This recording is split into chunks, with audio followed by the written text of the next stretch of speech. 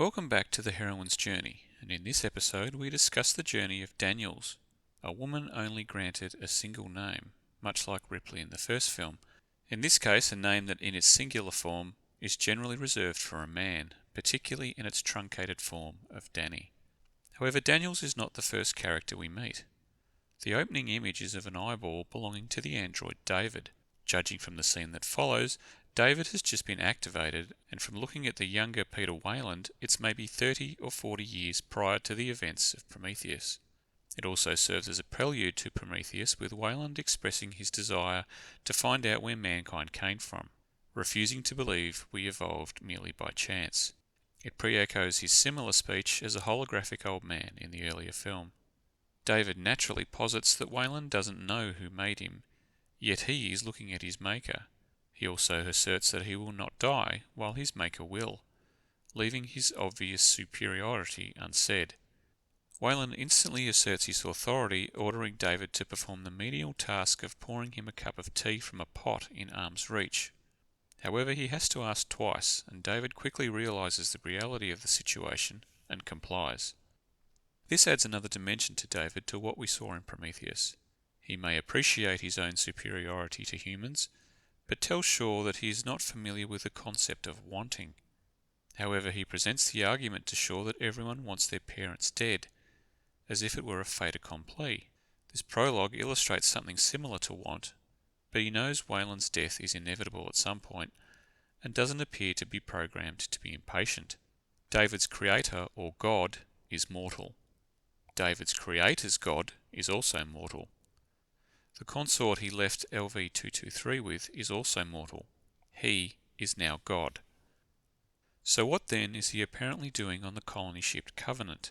We quickly learn that this is not David, but Walter, a different model droid with the same face.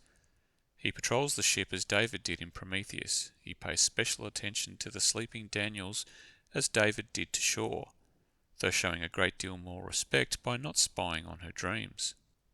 A nearby stellar ignition damages the ship and Walter wakes the crew, though not before Captain Branson, Daniel's husband, is killed in a fire in his cryotube, and we finally meet the heroine properly. She is understandably distraught.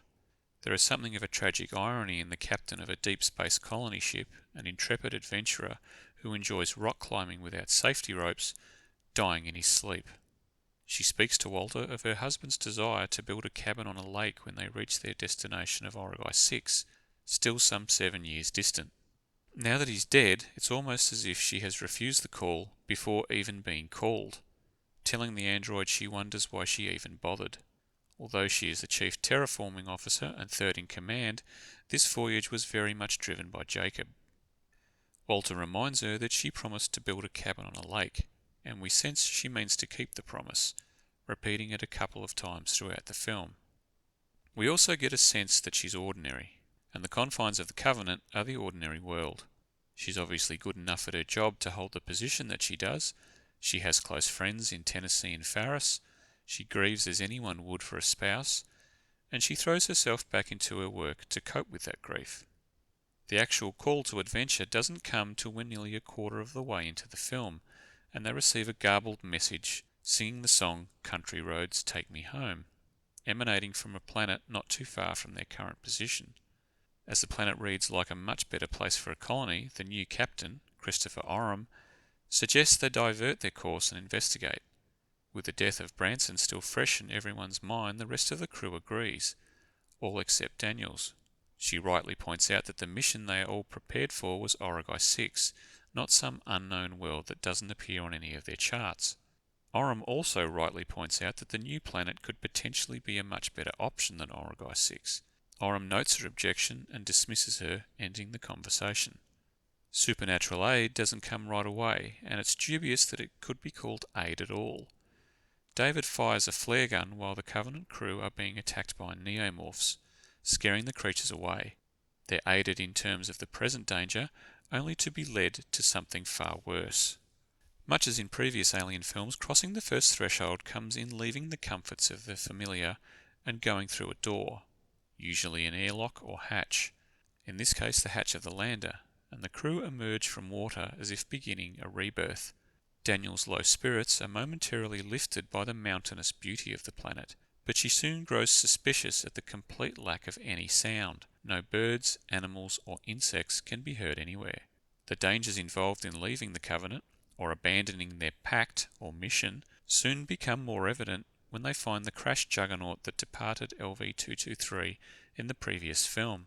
Much like the derelict from Alien, the juggernaut resembles the belly of a whale with the obligatory ribbed walls. There is no one in the flight chair to act as a guardian this time. Indeed, all that remains of Shaw is a holographic ghost singing John Denver and a photo of her and Holloway. Other guardians are present in the form of engineer spacesuits flanking the ship's corridors. The road of trials is quite a long one, though for many of them, the trials aren't Daniel's own. Security personnel Ledwood and Hallett are exposed to microscopic motes which gestate neomorphs inside them. Both suffer violent deaths, which in turn lead to the deaths of Farris and Orum's wife Kareen. A firefight in a now darkened field sees Angkor killed and Walter damaged when his hand is bitten off. Rosenthal barely escapes when David appears and scares the neomorphs away. During this sequence they also lose the lander and means of escape. Orum is stunned by the death of his wife, and it's up to Daniels to take charge. She tries to get Orum up and moving while trying to contact the orbiting Covenant. More deaths follow after David leads them to the engineer necropolis. Rosenthal is killed by a neomorph that has followed them. Orum is attacked by a facehugger that has been created by David, and the ensuing alien kills Cole. All of these events, however, occur to other people, and Daniels is largely unaware of them until well after the fact. Daniels does have a confrontation with David, and Walter finds out what happened to Shaw. Despite David telling Walter she died in the crash, he finds her body, vivisected and experimented on. Walter defends Daniels and she manages to get away. Sergeant Lope is also attacked by a facehugger which is quickly removed, and he, Daniels and Walter escape on a cargo lift flown from orbit by Tennessee. Daniels now comes to the fore, battling the alien that killed Cole, as Tennessee fights with the overpowered cargo lift engines. She manages to trick the alien into attacking a crane and crushes it.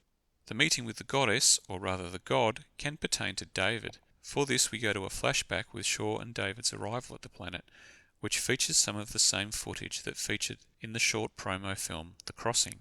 Shaw is shown repairing David, and he speaks of her kindness.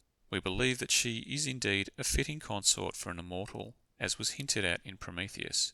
David even tends a grave that he supposedly dug for her in the garden of the engineer's city. David talks of his love to Walter, just as the latter loves Daniels. Walter claims that this is impossible, and his devotion to Danny is born out of duty. We later learn, of course, that Shaw was not a suitable consort for the immortal, and David transfers his affections to Walter.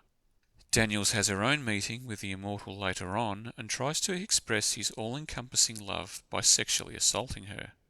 His plans for her are the same as what he did to Shaw, and it would seem that there is no suitable consort that meets his standards. Woman as temptress is David as tempter.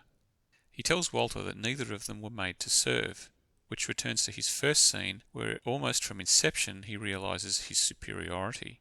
Walter's duty to the Covenant crew, however, does not waver, and David rejects him. It could be argued that David tempts Orum as well. Orum's journey is similar to Daniel's in that he is coping with losing a spouse to a sudden and violent death. Also similar to Daniel's is that he doesn't really do any transforming, perhaps beyond the realisation that Daniel's was right, and they should never have left the ordinary world in the first place. Prior to David deactivating Walter, we have Atonement with the father step of the journey. After Walter finds Shaw's body, David lays bare his plans for humanity, to unleash his perfect creation, the xenomorph. They are dying, he tells Walter, and trying to escape into space. He does not intend to let them. David also details his own atonement with Peter Weyland and judges him unworthy of his creation. Apotheosis again does not concern Daniels. It is David who transforms into Walter, following their fight, as Daniels and Lope flee to meet Tennessee outside. The only real boon for Daniels is the knowledge of a planet to avoid once they've escaped. She doesn't transmit this back to the company, however, and only shares a brief snippet of information about the aliens' acid blood with Tennessee after one of the creatures bursts from Lope and kills the other remaining crew in Ricks and Upworth. David, in fact, has his own ultimate boon. He has brought back 2 facehugger embryos from the unknown, and cross the return threshold to the ordinary world. Refusal of the return can be seen in David wanting to continue his work on Daniels and hundreds of Covenant colonists, but Walter, his twin, trying to stop him. The magic flight is one of the more obvious steps coupled with rescue from without and applies to both Daniels and David. Daniels also crosses the return threshold, but there is no refusal. She never wanted to go in the first place and never willingly embraced a transformation, and she doesn't. Daniels is much the same character at the end as she was at the start. She's tough but not invulnerable. Tears of grief at the start are replaced with tears of relief when the alien is expelled from the ship, then replaced with tears of fear and frustration when David reveals himself and she's powerless to stop him. In the end, she is not the master of any world. David is the master of the human and the alien. So with Daniels failing as a heroine, both in terms of personal transformation and finding herself at David's mercy, do we have to look at a villain's journey instead? David started in the ordinary world during the events of Prometheus, and we see him again in the ordinary world at the beginning of Covenant. Weyland makes a covenant with him that they will uncover the mysteries of creation. David, for his part, keeps the covenant until Weyland is killed and he finally has the freedom to live. He exercises this freedom by forming another covenant of sorts with Shaw, one that he deliberately breaks. But is this villain's journey the hero's journey in reverse, or is each step the reverse of what a hero would do? The journey is a cycle, and as David doesn't start as the master of two worlds, we would commence once again at the call to adventure. David doesn't receive a call, he creates it. It's unlikely that he would be unaware of Shaw's holographic signal. Quite the contrary, it's more than likely he hoped it would attract any passing ships, which would be the opposite of the refusal of the call. David doesn't need supernatural aid, he is by his very nature supernatural. The opposite of crossing a threshold is more difficult to apply. Doing such a thing would be a permanent refusal of the call, and the journey halts. However, another way to look at it is him leaving the unknown, the engineer's city, to assist the Covenant crew, something that is more representative of his original ordinary world. Similarly, the belly of the whale is hard to find an opposing stance to, as this step is often visual, mimicking the action on screen. However, it also represents a willingness to undergo a transformation, the opposite of which would be a refusal to undergo a transformation. David does this by reveling in his true nature to be greater than his creator. The road of trials would instead be a road where things assist rather than hinder. Things like the 2,000 colonists of the Covenant practically falling into his lap, his brief experience with the neomorph, or finding a companion of equal standing in Walter. Despite the loss of the neomorph and two xenomorphs, David still ultimately triumphs. We have already covered how David takes the place of a god, his temptation of Walter, and the atonement steps earlier. Similarly, we've dealt with Apotheosis as David becomes Walter. But it's not a true transformation, merely a mask. There is no refusal of the return, as David's goal is to take the unknown, his ultimate boon, to corrupt the ordinary world back through the return threshold. The magic flight portion here is the more traditional sort afforded to Daniels and Lope. Rescue from without, however, could be inverted to rescue from within. The embryos David regurgitates after Daniels kills the only alien he had on the ship. David, being the master of two worlds, is symbolized by him using humanity, the ordinary world, as a womb for the alien, the unknown world, and he would have the freedom to live were he in fact alive. I don't for a minute believe that an exercise like this villain's journey isn't already a thing, but I've deliberately avoided researching it in order to find out if it works for myself. This episode concludes the Heroine's Journey series, and looking back, it's interesting to note that the film that sticks closest to the traditional hero's journey arc is arguably the most popular, Aliens. I say arguably because it depends on who you ask on a particular day on whether Alien or Aliens is better, but many believe it's as good, if not supersedes the original. When contrasting Aliens with Covenant, Ripley is involved in every scene apart from the brief cutaway to the colony, and even then she is the unwitting catalyst for the events there. She's also not in the shortcuts to Bishop when he crawls down to the uplink tower. She is otherwise front and centre, even during a major sequence like the ambush in the hive, where she is separated from the Marines by a video feed. She is witness to the events and then takes action to affect those events. Similarly in Alien, Where Ripley doesn't really become the hero until Dallas is killed, she's still a major force in the story.